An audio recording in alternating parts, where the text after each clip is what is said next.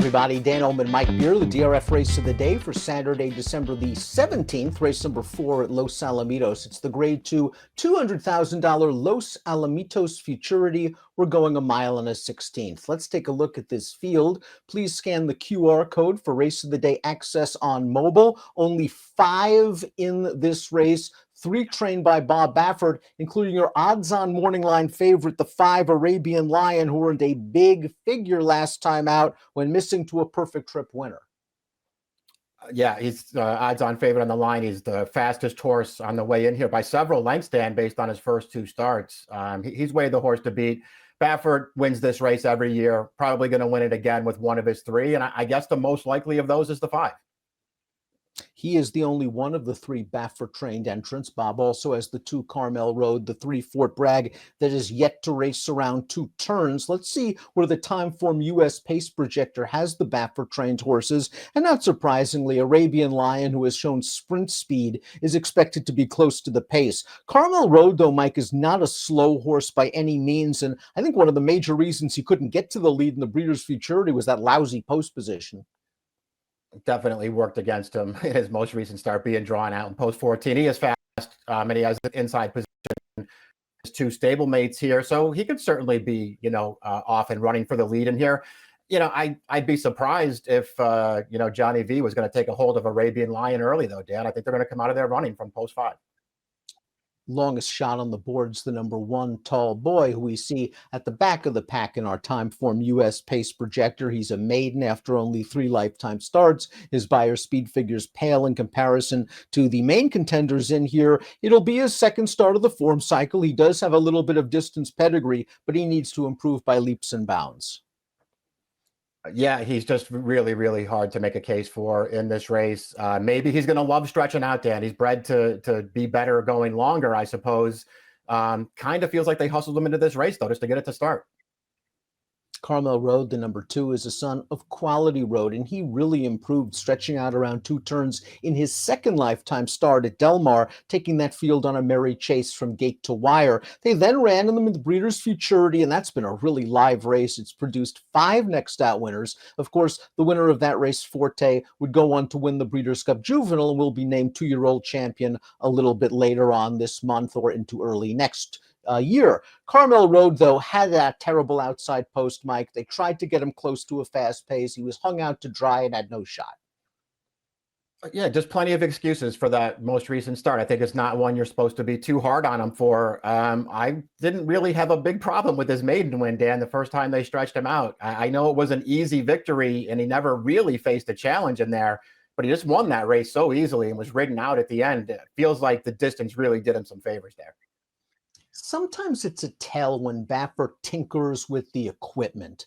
And the 3 Fort Bragg added blinkers for his most recent start, and he won. And now they're taking the blinkers off. Maybe we'll see why in this race. Here's a maiden special weight. He was disqualified from a win in a maiden special 2 starts back. In this race, Fort Bragg was able to get to the lead. He's green. He's also going to hold off a pretty promising horse in his stablemate who would come back to graduate with an 84 buyer. When push came to shove, though, Mike, and he started focusing on his business, as you see right here, he re-breaks. Yeah, he's done that in each of his last 2 starts, Dan. And, I feel like the blinkers are probably coming right back off because they didn't necessarily help as much as maybe Baffert wanted him to in that race we just watched, because he was still tried to pull himself up there. It looked like as they came into the stretch, it wasn't as bad as the race 2 back. The race 2 back, I'm kind of surprised he was able to come back and win that race because he basically stopped running at the top of the stretch. But then, as you said, once he was challenged, he rebroke. He won that race easily before they took it away from him. He did the same thing last time. Obviously, he's got to be way more professional. He's got to figure this game out, but it feels like the talent is there.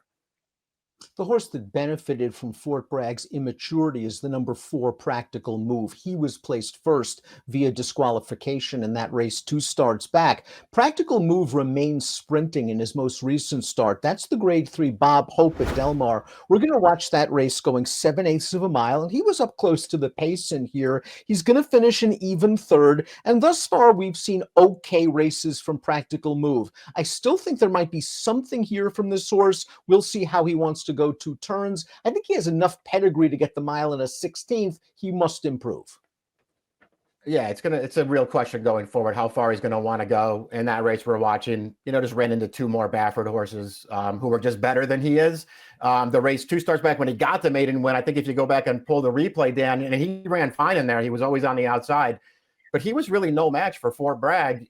Even though Fort Bragg had no idea what he was doing, to me it was hard to see him not only beating that horse, but maybe beating a couple of the others.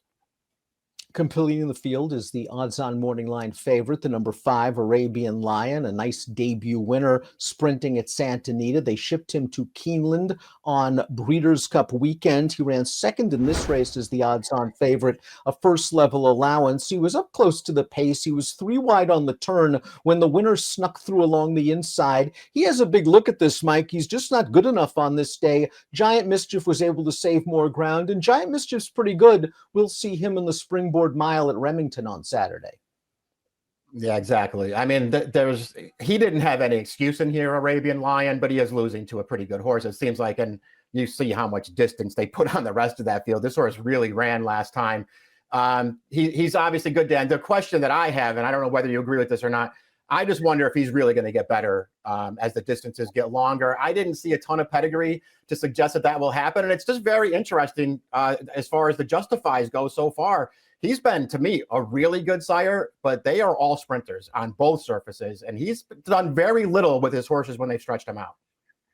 A concern for me is the quality of competition other than the winner that they faced last time out at Keeneland. That race hasn't come back very strong for what looked going in like a pretty strong first-level allowance race. Before we get to our top selections for Saturday's race of the day, please click the subscribe button for the Daily Racing Form YouTube channel. Santa Anita opening day right around the corner. Top pick time for our Saturday race of the day. And while I do have concerns about the field Arabian Lion faced other than the winner last time out, I do like the fact that he can get forward in this race, either make the lead, or I think he'll sit off of Carmel Road if he is intent on getting to the front. I think he'll get the jump on Fort Bragg turning for home. You're going with the other Baffert, and I guess that's just as good an angle as the other Baffert, which seems to win all the time in Southern California.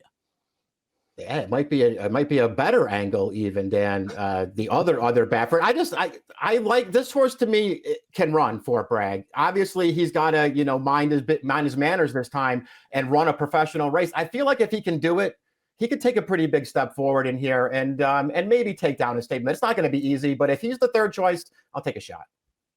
He's green, but he's also versatile. And of the 3 Bafferts, I think you can make the argument that he wants distance the most. And as Mike has already alluded to, he'll be the best price. 354 for Mike, 534 for me. It's the Saturday race of the day, the Grade 2 Los Alamitos Futurity for some 2023 Kentucky Derby hopefuls, perhaps. Good luck.